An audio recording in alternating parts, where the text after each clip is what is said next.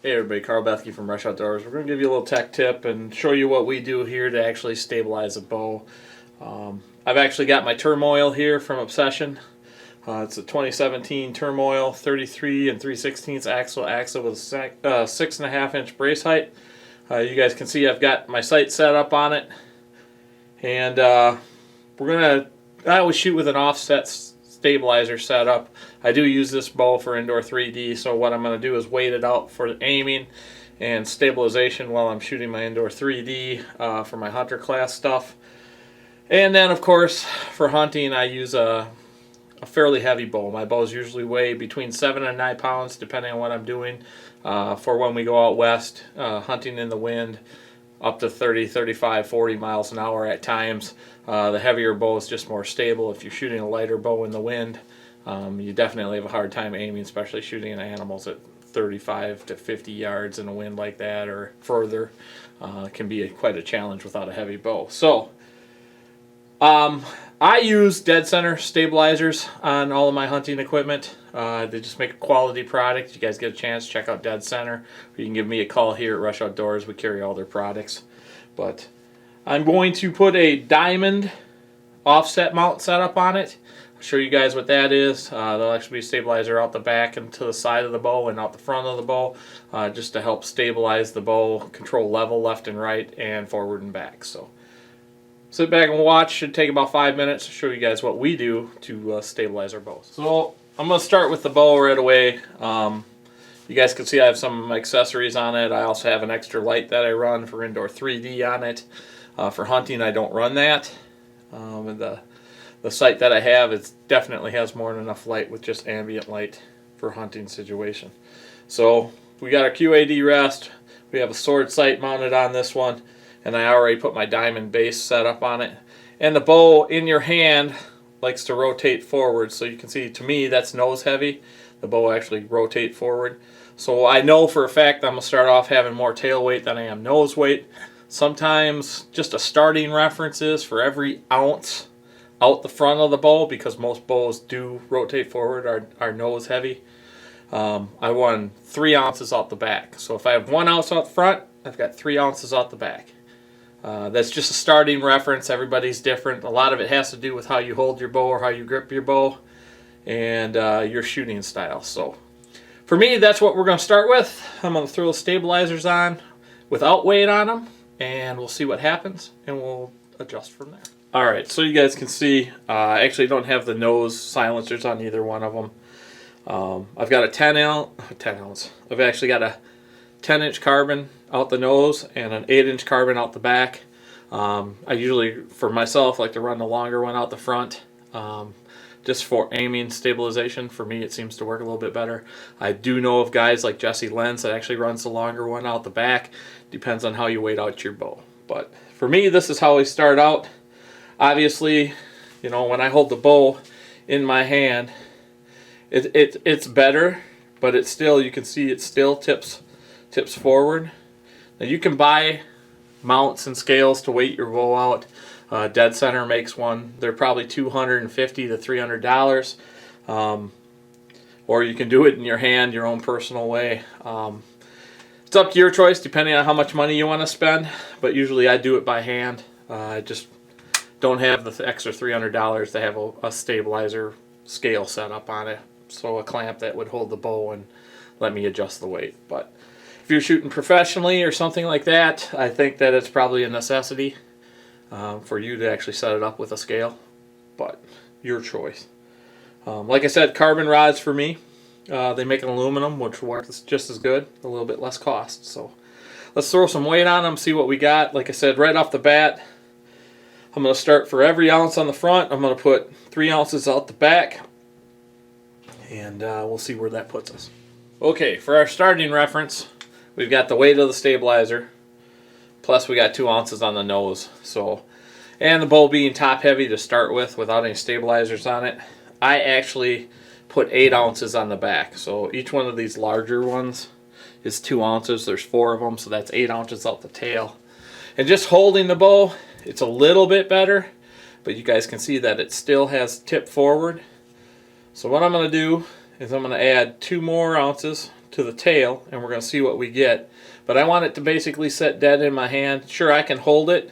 You know, if you're holding it or aiming it, or you can hold it straight, but you still have, it'll still tip out. So that means when you're actually aiming, when you're at full draw, the bow will sit there and all of a sudden you'll be kind of on the target and then it'll want to dip. And it'll want to dip, and you're always bringing it back up from the bottom side. It means your bow is weighted wrong. So if you put more weight out the tail, you will be able to control that dip and actually make it aim in the spot better. The other thing is you can control that also by controlling how the angle on your stabilizer. So you can drop the weight down low or even lower if you want. You guys will notice on some comp bows that guys will run stabilizers actually off just above their limb pockets. A lot of that has to do with they want to use less weight on the bottom and out the back. They want their bow to be lighter because they don't want to hold all the weight. So you can actually mount it down there, where most bows or a lot of hunting bows just don't even have that option because you can't, there's nothing to put the stabilizer to. Some bows you can actually put a clamp on the bottom of the riser and actually mount off of that. Dead Center does make that option if you guys were going to be using a hunting bow for competition. And depending on the bow, whether or not it'll actually clamp into position is something you always want to check also. But I am just going to add some weight out the tail and not bring it down any lower, just because I think we should be able to control it by just adding weight straight out the back. So let's see what we get. So what I've done here is gone off and on without actually showing it on the camera. I've done it a few times. But I ended up adding 4 more ounces to the 8 ounces that are on the back. So now we've got a total of 12 ounces sitting on the back, and we've got the 2 ounces on the front. The bow still seems to be a little bit nose heavy, so I'm going to probably add 1 more just to see what we get. But obviously, you know, now it's starting to add quite a bit of weight to the bow. The aiming is good. I'll show you guys that in a bit, but in the process of this, if you have a quiver or something that sits off the side of the bow also, that's where you will start to control your direction, so how far out you'll actually have your horizontal adjustment. So if I have more weight, like a quiver hanging off of this side of the bow or hanging off of this side of the bow, I will actually take this stabilizer and rotate it out away from the riser to counterbalance that stabilizer so the bow sits level. So when you go to full draw, your bubble sits level. So that's really important also when you're out west or when you're shooting 3D, that if your bubble is cantered one way or the other, you will shoot to the side the bubble is cantered to. We can go into side hill shooting on 3D and all kinds of other tech stuff that we'll show you guys later for 3D shooting, but a level bubble is very important when actually shooting archery. So I'm going to add a couple more ounces to this and we'll see what we get. Alright guys, so here's where I ended up finally.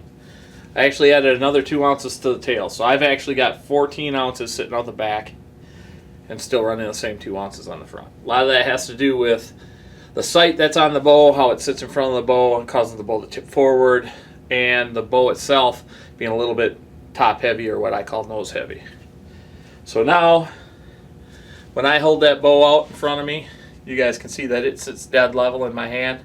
I'm not putting any stress or pressure on the bow to make it tip forward or back or whatever else. We're just neutral. The bow would tip forward like this. You want that bow to sit just dead neutral. So, and as for an aiming reference, it's definitely a lot easier when you go to full draw. You've got pressure front and back, and it'll aim and just sit right on that X or on that spot or the 12 ring or the spot you want to shoot your animal. So that's very important. This year, I mean, it's real important for us when we're turkey hunting, because we're always sitting down in a blind or sitting down when we're turkey hunting. Usually it's very seldom you're standing. We have done it standing behind a tree and shooting with a bow. But most of the time we're in a ground blind. So the more weight that I have on my bow and the less I have to worry about trying to control the canter or the lift or vertical lift on the bow, the easier it is for us to shoot turkeys at 30 yards with a bow. And I'm not that great at it, to tell you the truth, sitting and shooting. We do practice it, you know, obviously before the season. That's something you guys should always do also. But we have a lot of sit-down practice shots in our 3D Hunters League, and that's where I usually lose points. So I do the best I can to try not to lose points, and weighting my bow properly is definitely going to save me some points. So hope you guys learned a little bit about weighting bows. Like I said, for every ounce in the nose, I always put 3 ounces in the tail. There is a couple mathematical formulas that you can use. Basically, let's do the math on this. This is the simplest way that I know to show people how it works. So I've got a 10-inch stabilizer on the front side. I know that that stabilizer weighs 6 ounces, and I added 2 ounces of weight to it. So a total weight of 8 ounces. So I'll multiply 8 times 10, I get 80. On the back side, I've got an 8-inch stabilizer. And that stabilizer itself weighs 4 ounces. So what I need to do is figure out 8 times what is going to equal the 80 we've got on the nose. So we're going to go with 10 to just start.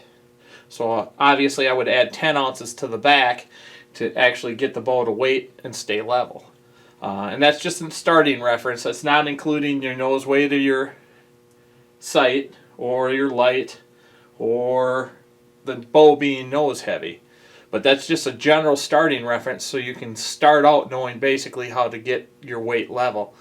So if you get the front measurement in length times the weight, and then you do the back measurement, length, and weight, and get them to equal, then you guys are going to be able to see that the bow is going to be somewhat close, and you can kind of work off of that, plus or minus an ounce one way or the other. Also, on your horizontal left and right, depending on whether you have a quiver on the side or not, will depend on whether you run the weight off to the side or straight back. So I never hunt with a quiver on my bow. I always actually have it on my wrist or my waist or on the ground or hanging in the tree somewhere. I never actually hunt with the quiver on my bow. So that's why I run my weight straight back. You may be different.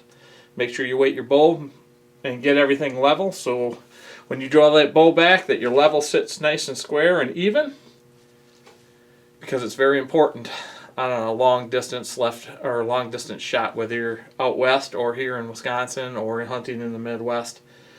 You will get lefts and rights if your bubble's not dead center. So hopefully this helps. Thanks for watching. We'll see you guys in another week.